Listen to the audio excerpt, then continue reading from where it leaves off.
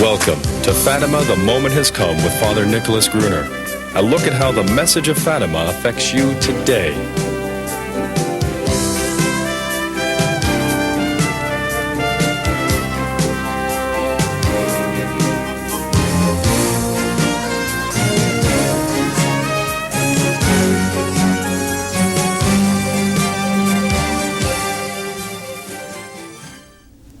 Welcome to Fatima, the Moment Has Come.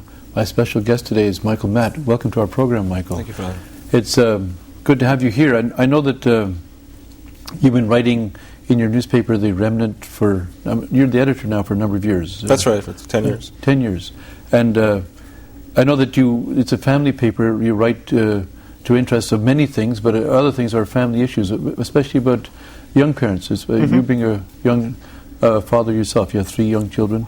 And we've been talking just before the program started about some of the dangers or some of the pitfalls or some of the helps that parents need.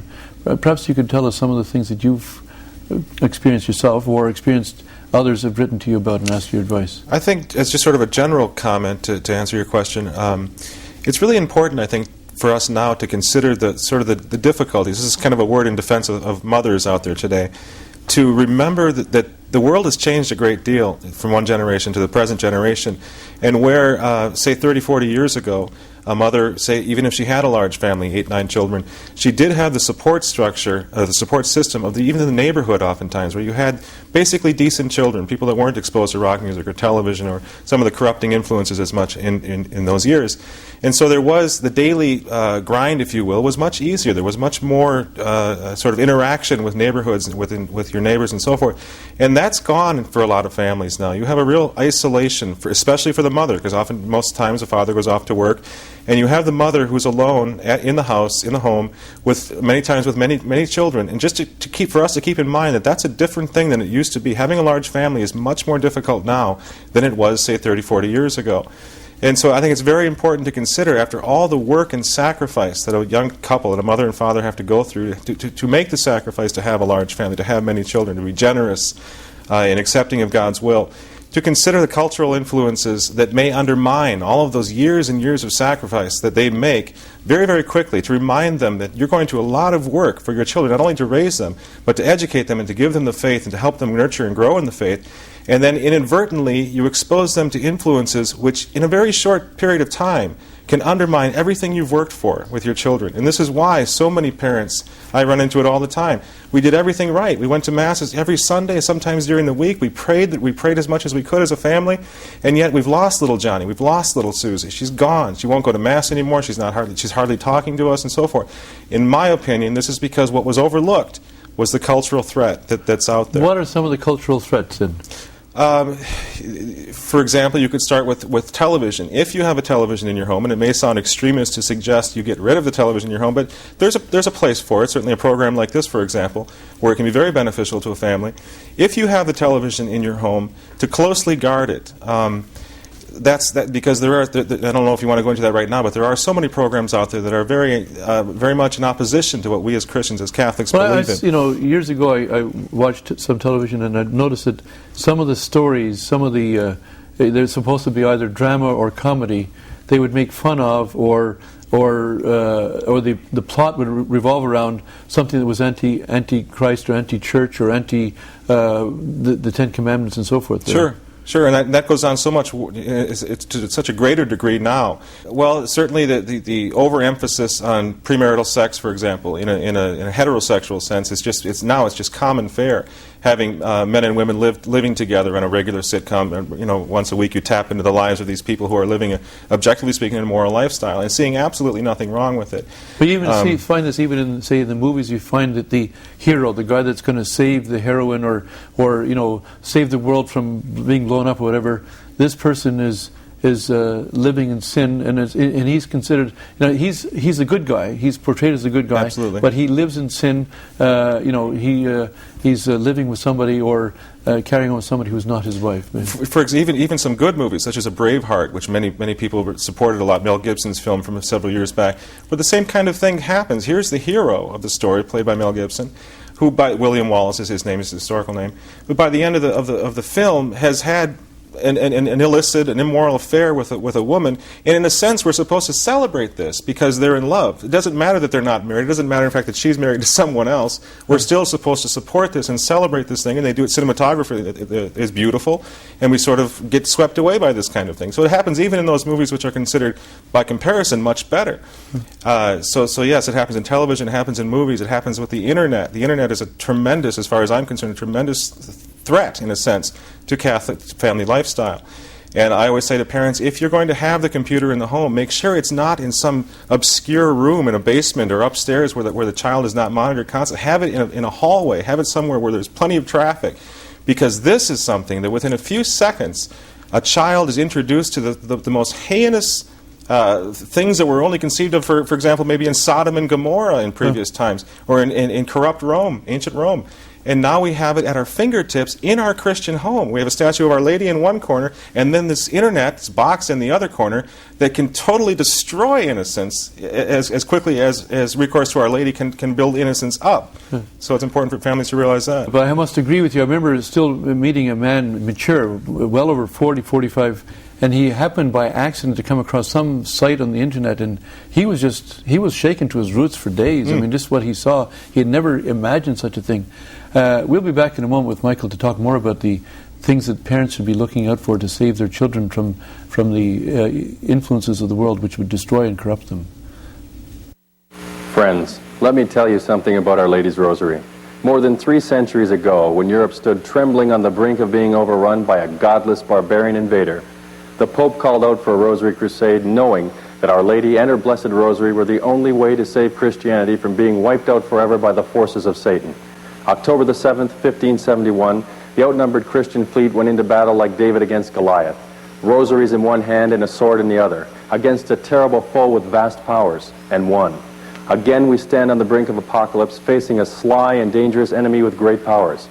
And again the odds against us are overwhelming, and the threat to everything we hold sacred is total. With Our Blessed Lady's aid, there is something we can do. Father Gruner would like to send you your own personal rosary and a free copy of a beautifully illustrated 32-page booklet outlining in simple, easy-to-read terms just how you and the Sacred Rosary can help. Please call now.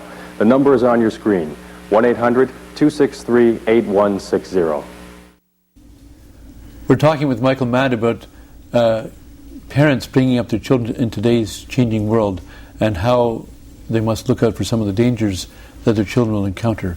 You were talking about the Internet and television and movies. Perhaps you can tell us what it is you advise parents to do to not become hermits in the desert somehow, at the same time to raise their children in a wholesome way. Yeah, this just in my opinion, with my experience, my wife and I have tried a few of these things. We don't have the television in our home, but we happen to have access to it close by, which once a week we do allow our children to watch a wholesome movie, an older movie, for example, so that they're not completely cut off from that particular genre. In terms of the Internet, we absolutely do not allow our children ever to go to. Of course, they're young. My eldest is 5. But even so, I think what we plan to do, is not have a modem hooked up to the computer at all until they're into high school or maybe college or maybe not at all. We have one for our personal use, but for our children to just learn how to use a library, learn how to use books, learn how to research, have the tangible thing in their hand called a book, and learn how to use that and become proficient with it is very good for children. Probably the saddest thing, that especially as a young parent, that you come to realize is that oftentimes, and you sound like a fanatic, you sound like you're out of your head when you say this, but oftentimes the most dangerous aspect of raising children are their own peers. In other words, are the other young children in the neighborhood. And this sounds like, before I had children, I heard people say this, and I would think, well, this is crazy. But in fact, it's true. The level of corruption through education and through cultural influences has been so proficient and so successful that you actually, as a parent, have to be wary of other little 5- and 6-year-old children. I mean, this to me is the most tragic realization that you come to as a parent that's trying to raise Christian Catholic children, is that you have to be wary to that extent. And again, that takes out a very positive influence in young people's lives. Having friends, that's very important, of course. And to have to somehow separate or build a wall there in your own neighborhood many times is a very, very difficult thing. And yet, because of what they're being, of the young age at which innocence is being destroyed now, it is, I think, it's important to do that. Is it being destroyed more today than it was in your parents' time or your grandparents' time? I think absolutely. And how has that been accomplished? Well, through these mediums, I think through the media, principally. To the general breakdown, they used to say... Would we say television or radio? Television, the music industry, which again, I don't want to sound too conspiratorial when it comes to the music industry. What drives these things is economics, is money, is making money, and parents should be very much aware of that. To not present it to their children always as this gigantic conspiracy, although in a large sense it is. But let's not forget that this is also sex sells, as the old slogan goes. And so sex and sewage, if you will, has been so intertwined into the entertainment industry in all of its various branches that they know, the people behind these industries know that they make much more money through the shock value, through the fact that sex sells. And so, especially in the past 40 years, we've seen more and more of this inundation. And again, this isn't just a Catholic perspective or my opinion. You have people all across the spectrum of various religions recognizing a serious crisis within the entertainment industry for the family, that it's so difficult to find good programming. You have, 40 years ago you had the Disney Corporation, Walt Disney, producing children's movies, producing Snow White, producing, comparatively speaking, very innocent stuff, material. And now just the opposite is happening. You have enculturation. You have, all these different sort of modern New Age even ideas. The same corporation is putting out stuff that's no longer trustworthy for the Christian family. So you're really under attack at all times. The Catholic family is. It's under attack constantly from so many different angles. And then when you take your youngster after having imbibed this culturally through the entertainment industry and place them in the public school system, then you have it all backed up even more because the public school system has embraced this. While the kids are going to do it anyway, let's teach them how to have safe sex and all these kinds of programs, which really act as sort of an encouragement that there's nothing wrong with this idea, this total reversal of the way it was, say, 40 or 50 years ago. This is a wonderful and a good and positive thing that the family and the parents should support the schools in as far as raising children with this idea. Pope Pius XI said, that the schools will either be schools of virtue or dens of iniquity. In other words, either that the school and everything that goes with it, obviously their fellow classmates, their teachers, their books, and will either uplift, uphold, edify in every sense. I mean, whether it's or they will in turn teach them to become vicious, that is, full of vice. That's the word, vicious, and teach them. So, and I think we see that even in some Catholic schools, maybe many Catholic schools, will have so-called sex education. Do you have anything to say about the sex education going on? Yes, the fact that requirement or that obligation of parents, not only to teach their children, to teach and educate their children, has been more or less supplanted by the school system doing it for them, having sex education programs and so forth, and even some of the more conservative forms of sex education, chastity programs and such, really go into a realm that Pius XI would have definitely not approved of. Having strangers or having even teachers get into this material with our children is not something the Church historically approved of. This is a novelty. And you have it to a much greater extent in the public schools, but you also have it in many of the Catholic schools as well. And there is this sort of undermining of the parental authority there. Well, one of the things I've heard about some of the sex education is that even the books, that if they sent them through the U.S. postal system, they would be stopped as salacious or pornographic literature. Yeah. And so, obviously, I think there's a very fundamental principle that is perhaps not being understood here, which is, I don't mean you and I, but I mean in the general, that first of all, that there is original sin, and because of original sin, people have inclinations to do things which they shouldn't do. I mean, for example, before Adam sinned, his stomach, for example, his appetite for food was perfectly subject to his reason. And so when he had enough to eat, he didn't, his taste buds didn't say, I want to have another piece of food to eat, because he knew he had enough. And so his reason, his appetite was perfectly subject to his reason. That's enough. And his appetite said, I don't want any more. But today we all experience, if you have a good steak dinner or something else that you like, and you know you've had enough, but you see that other piece of meat that you'd like to have, your appetite says, well, I still want that. And so what it is that our appetites, and their appetites are not evil. I mean, God gave us appetites, such as our food, but we don't have appetites only for food, but I use that as an example. These appetites we have are given to us, so we can, obviously, if we might forget to eat if you're that engrossed in your work, and you might forget that you're supposed to do that to nourish your body. So God gives us appetites. And our eyes want to see, but that's the way God made our eyes. And our ears want to hear, and our stomach wants to be fed, and all our other appetites that we have. But the problem is that our appetites, our lower appetites, want to do their own thing, even when we know it's not good for us. And so there's this struggle. It's called the concupiscence. It's not just for matters in regards to procreation of the children, procreation of the human race, but for all our appetites want to do their own thing, even against reason. So the problem is that people don't realize that, well, we have to take precautions.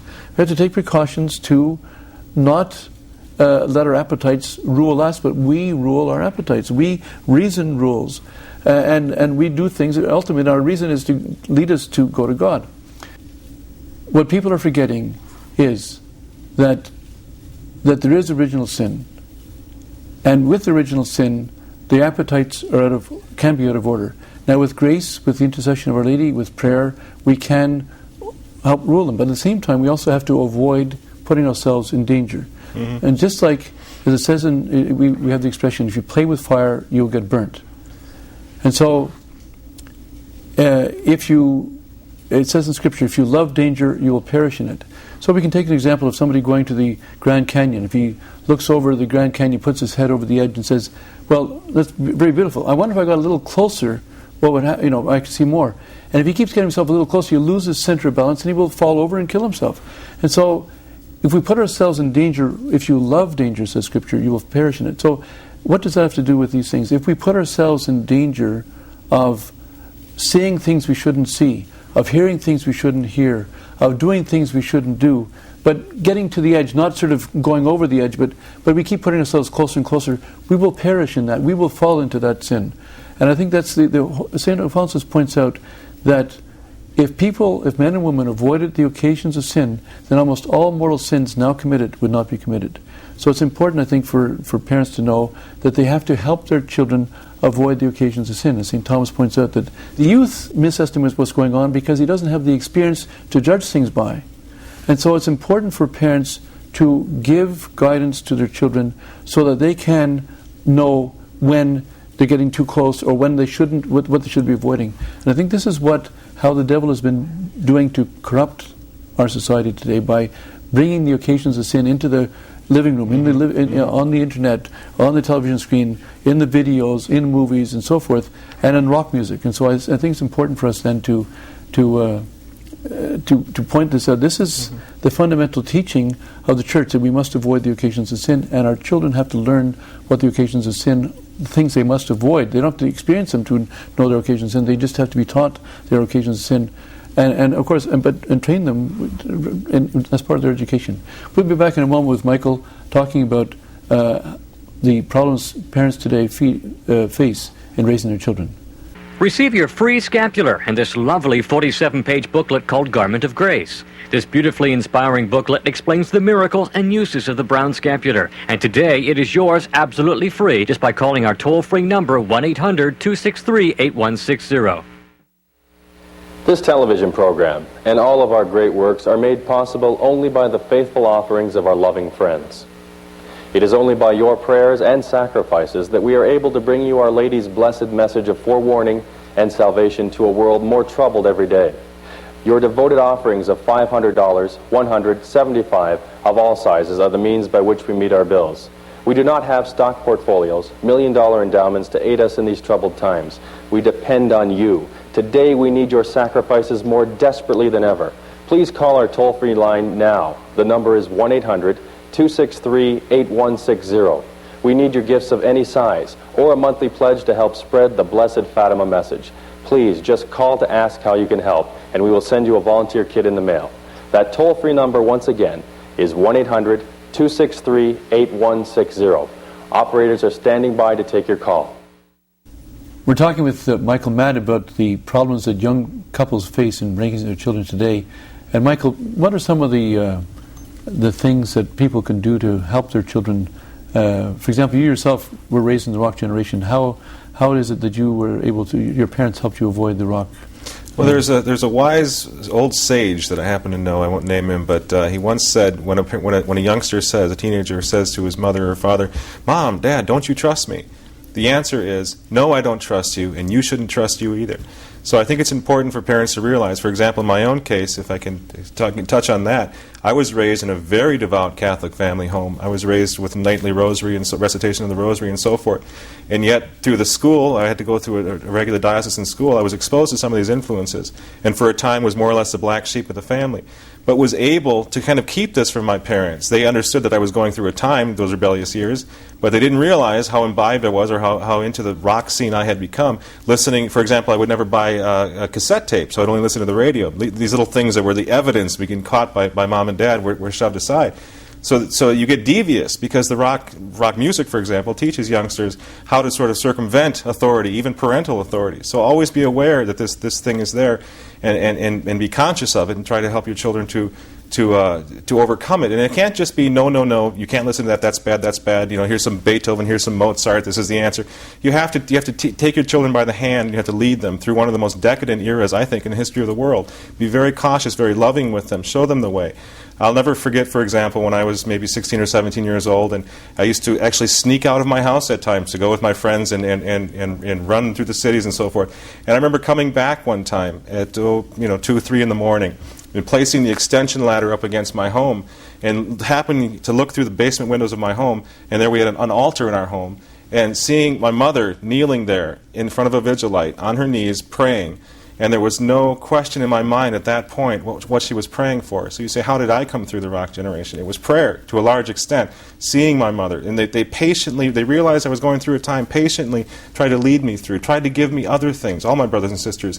Young people need fast-paced music. They need wholesome entertainment. They need to be entertained to some extent. They need to be taught how to pray.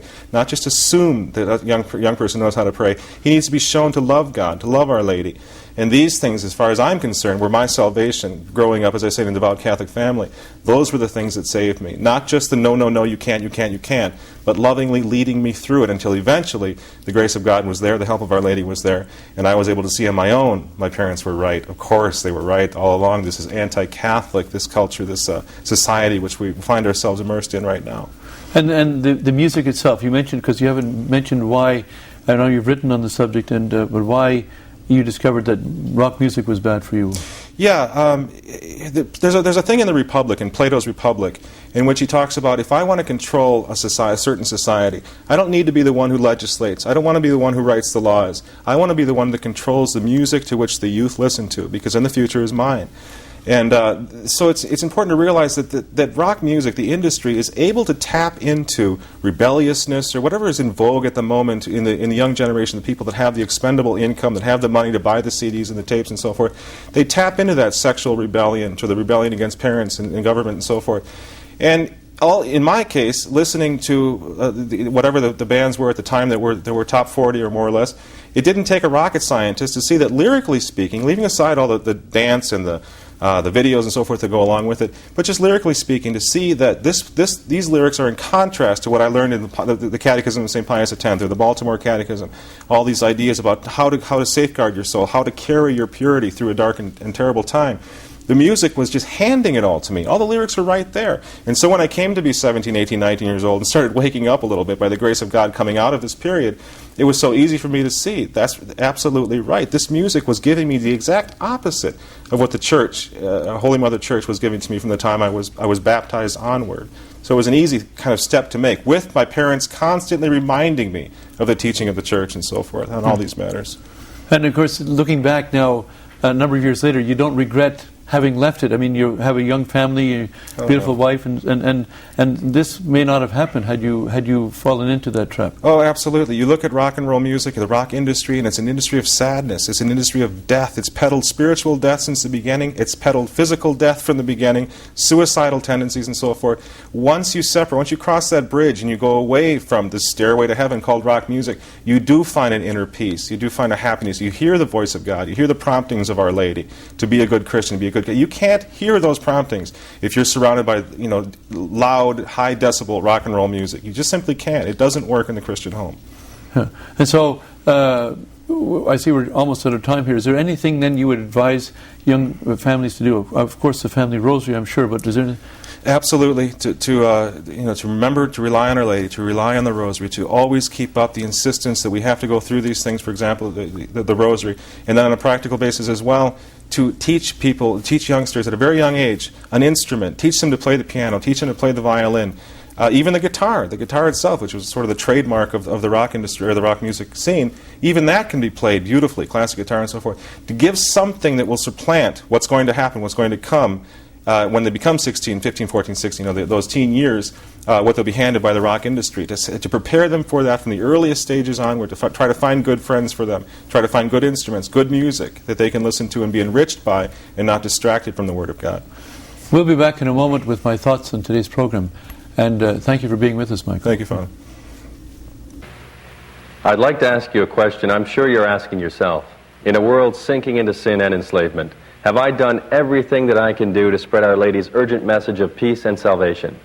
This vital program you're watching today, its hope and its message are kept alive by a devoted group of friends to Our Lady who have joined the League of the Immaculate Heart.